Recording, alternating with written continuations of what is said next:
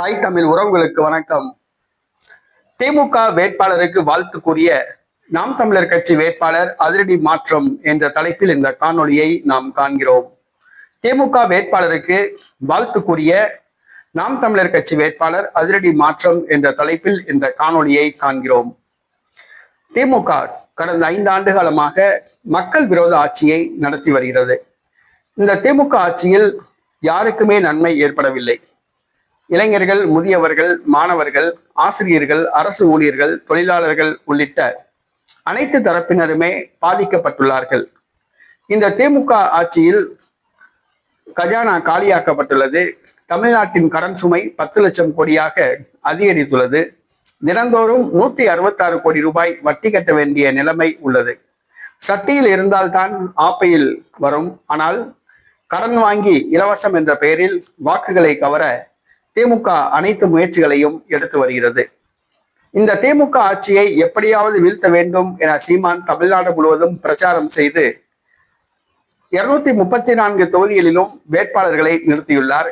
அந்த வேட்பாளர்கள் கடந்த 30ஆம் தேதி ஒரே நாளில் வேட்புமனு தாக்கல் செய்தனர். பெரம்பலூர் தொகுதி நாம் தமிழர் கட்சி வேட்பாளர் ஜான்சி ராணி திமுக வேட்பாளருக்கு வாழ்த்து தெரிவித்தார்.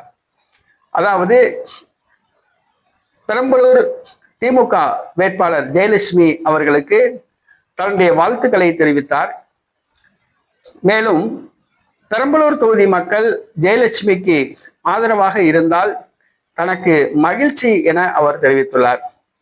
அதாவது பெரம்பலூர் தொகுதி திமுக வேட்பாளர் ஜெயலட்சுமி வெற்றி பெற தன்னுடைய வாழ்த்துக்களை நாம் தமிழர் கட்சி வேட்பாளர் ஜான்சி ராணி தெரிவித்துள்ளார். அதே நேரத்தில் பெரம்பலூர் தொகுதி மக்கள் திமுக வேட்பாளர் ஜெயலட்சுமிக்கு ஆதரவாக இருந்தால் தனக்கு மகிழ்ச்சி என தெரிவித்துள்ளார்.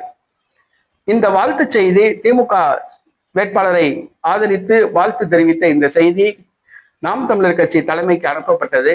அதிரடியாக நாம் தமிழர் கட்சி வேட்பாளர் ஜான்சி ராணி மாற்றப்பட்டார்.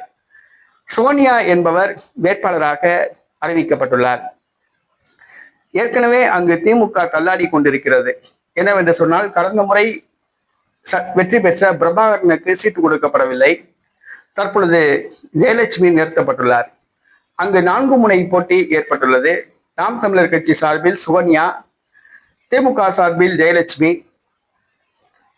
அதிமுக சார்பில் தமிழ்ச்செல்வன், தமிழக வெற்றி கழகம் சார்பில் சிவக்குமார் என 4 பேர் போட்டியிடுகின்றனர். வெற்றி யாருக்கு என்பது தெரியவில்லை. பொறுத்திருந்து பார்ப்போம். தற்பொழுது திமுக வேட்பாளருக்கு வாழ்த்து செய்தி அனுப்பிய நாம் தமிழர் கட்சி வேட்பாளர் ஜான்சி ராணி அதிரடியாக மாற்றப்பட்டுள்ளார்.